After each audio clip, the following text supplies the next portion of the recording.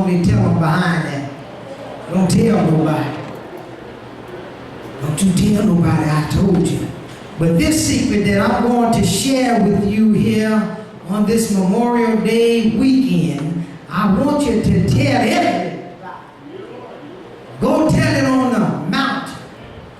Go tell it in the valley. Go tell it everywhere you go. This secret to victorious living.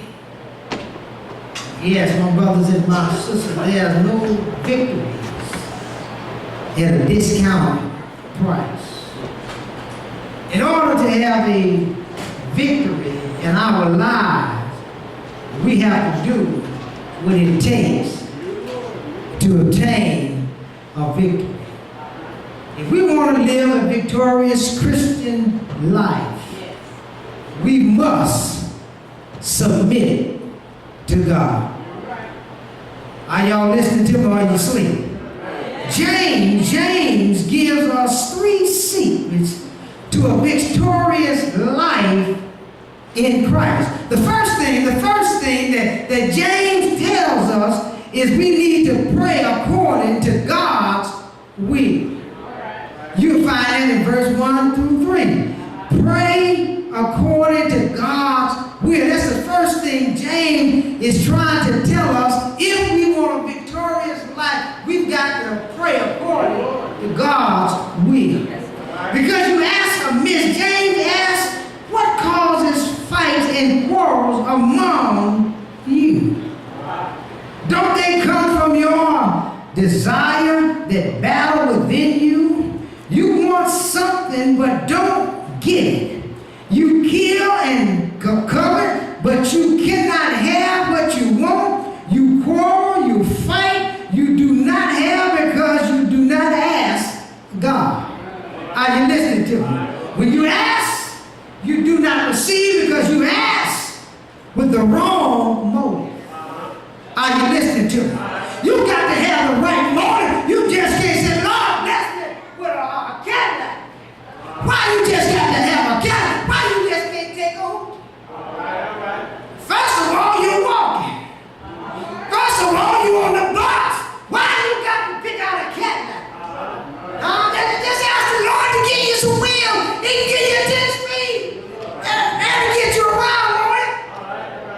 Are you listening to me? We have not because we ask, not because we ask or miss. We ask with the wrong motive in mind. Are y'all listening to me? When you ask, you do not receive, my brothers and sisters, because of the wrong motive that you may spend what you get on your own. The word wars refers to fighting without weapons. In a personal conflict, these conflicts have nothing to do with quarrels with the pagan world. These are quarrels within the church. Are y'all listening to me?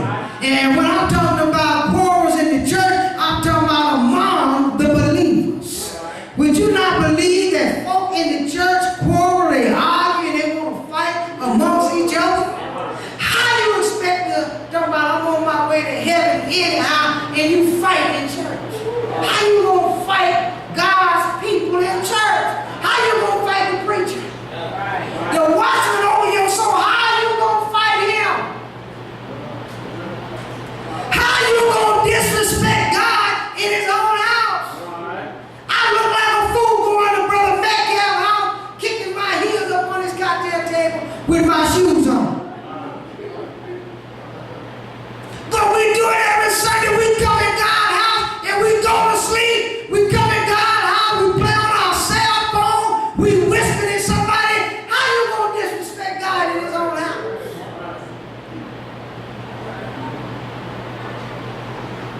You have not because you had the wrong motive. I told the Sunday school class this morning, God ain't going to give you nothing because you asked for it with the wrong motive. First of all, brothers and sisters, if you want something for God, he said ask. And he'll give it to you. But there's a condition. You've got to walk upright before God. You can't live any kind of way you bless you. That ain't gonna happen. God ain't gonna shower you with a new car, new job, whatever you ask God for. He said, ask in my name and I'll give it to you. But there's a condition. You got to walk upright. Hunt your neighbor, wake him up. Tell him you got to walk upright. Yeah, my brothers and my sisters, you just cannot do what you want to do and expect for God to bless you. The word fight refers to a battle with weapons in armed conflict. It was used figuratively to indicate the struggle between powers, both earthly and spiritually. Are you listening to me? Obviously, disagreement will occur in every church. That's right, in every church, somebody ain't gonna like what the preacher said. In church, somebody ain't gonna like what one choir member said to the other choir member. We're gonna have some disagreement. But it's all right to disagree but to agree. All right. Are you listening to me? You're gonna have this in the church, don't get me wrong. But when they happen, we are wise enough to understand why. Are you listening to me? Do we know their sources? Fights and quarrels are being caused not by some external sources, but by the people's evil desires. You see, we've got to understand our desires, brothers and sisters.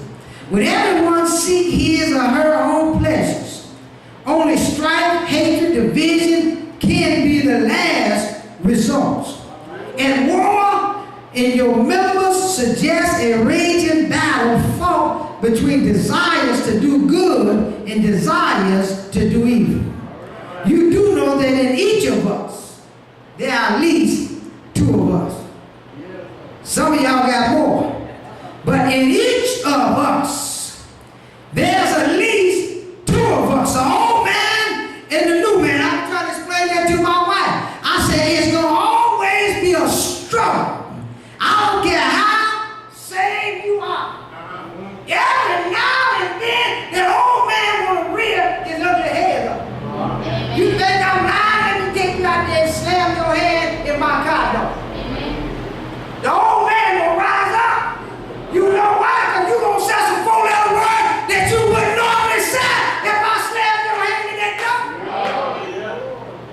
It's always a struggle between the old man and the new man. But some of us got more than two. But I don't leave that alone.